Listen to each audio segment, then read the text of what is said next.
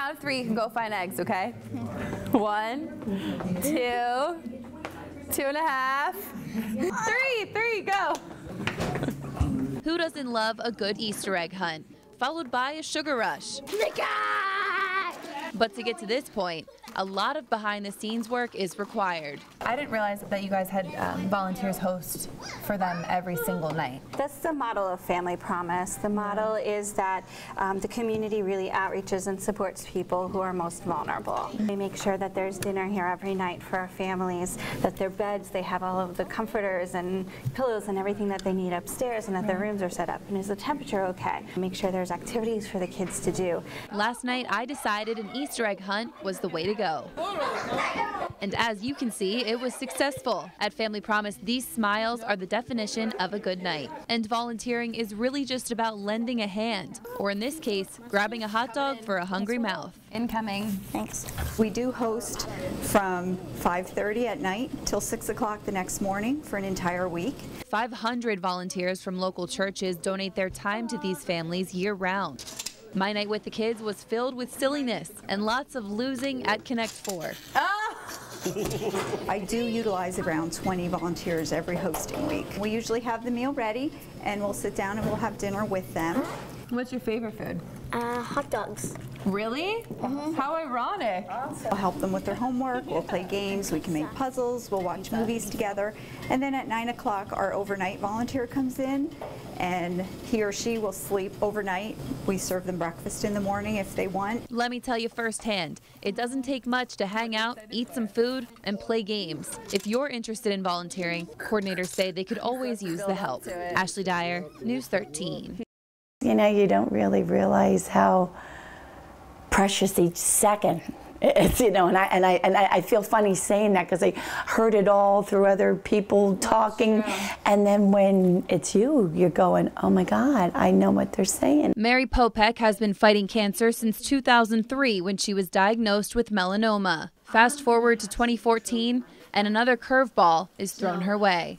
They diagnosed me with an angiosarcoma of my aorta, which there is no cure for. The following year, Mary received news that would change her life yet again. Her daughter Danielle was diagnosed with blood cancer. I would say almost a month I lived at the hospital. So I was there 24 hours with getting treatments. And then even when I came home, I was still going back and forth for like 4 out of the 7 days a week. Danielle was told without treatment, she only had 3 weeks to live. I watched her at her lowest point, and I watched her at her highest point.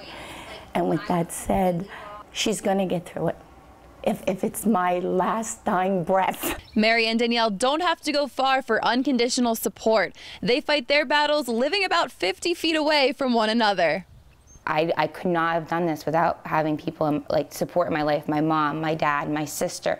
I mean, it was unconditional 24/7 texts, emails, you know, Facebook, anything. To those battling cancer, the Popeks have this message.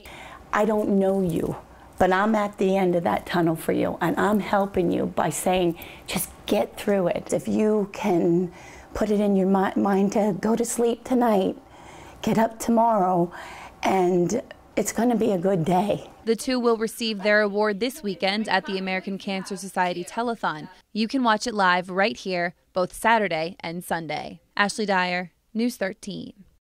Hi, I'm Madison. Madison Brown is a 4-year-old who loves the movie Frozen, Christmas, chicken, and my microphone. How are you doing today?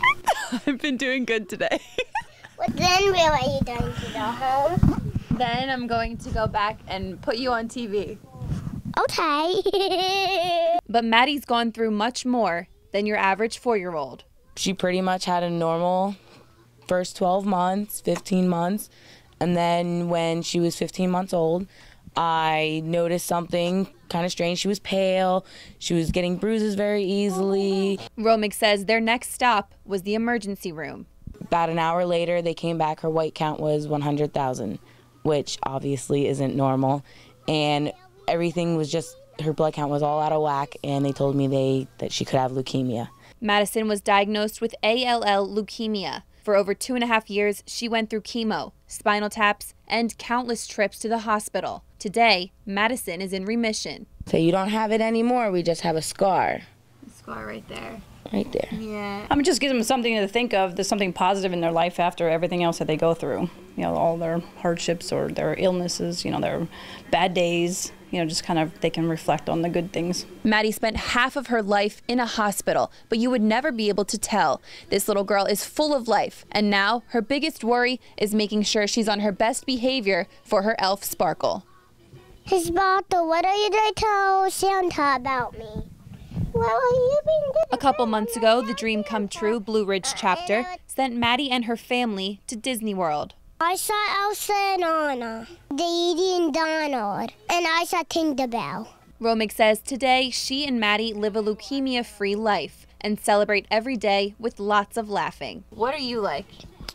A ham. In Slatington, Ashley Dyer, News 13. Ali Heitenman needs your help to send him on the trip of a lifetime. 23-year-old Derek Zana was diagnosed with Duchenne muscular dystrophy as a baby, a disease causing muscles in his body to completely deteriorate. Now, because of the severity of the disease, most people diagnosed with Duchenne won't live past age 18. Derek has surpassed many expectations, and going on his East Coast dream trip is just another he hopes to fulfill. News 13's Ashley Dyer shares his story. Derek doesn't let muscular dystrophy define him. He's a normal 23-year-old. He recently graduated from DeSales University with a degree in digital art. Side note to employers, he's still looking for a job. Derek plays video games often and is incredibly talented at operating a controller with his mouth. He also loves Netflix, which is where he got the idea to plan his East Coast dream trip. There's a movie on there called The Fundamentals of Caring, and it's about a kid that has Duchenne muscular dystrophy that goes on a road trip. I watched that with one of my nurses, and she made the comment, Derek, you could do that. And so he's going to do just that, accompanied by 3 nurses who Derek considers to be some of his best friends. Derek's awesome. He has such a positive attitude. He rarely complains. He doesn't think about what could happen negatively. He just thinks about the good stuff. I saw his health fail, but not his spirit. The trip will start off in Virginia Beach. So I can get a hotel like that looks over the ocean. The road trip will continue on to Myrtle Beach to see some family and an old friend. Then Disney for a week, finishing up in Savannah, Georgia. The main reason I wanted to do it now is because I'm not sure of my future in the next issue or the next medical issue I'm going to have. Between 5 and 6 hours of Derek's day is spent doing medical treatments, most of them breathing related. At the age of 9 is when I stopped walking and went in the wheelchair. And after that, it was pretty good for a few years. And then I think between the age of 14 to 15, I had back surgery. So I had rods put in my back. I ended up getting the trach on because it was just getting so hard for me to eat and breathe. Derek does have a Fund My Travel page set up. So far, they've raised over $11,000, but they're still a couple thousand short. Derek says any leftover money will be used to spread awareness on muscular dystrophy. I'm very proud of him. I mean, the fact that he was able to get through college like he did with all the problems that he had, and just getting through the surgeries while he was there, it's just amazing. I mean, he's an amazing kid. The trip is all planned out for April 20th. If you would like to help support Derek in his journey, you can go to fundmytravel.com and type in Derek Zana or follow the link on your screen. Ashley Dyer, News 13.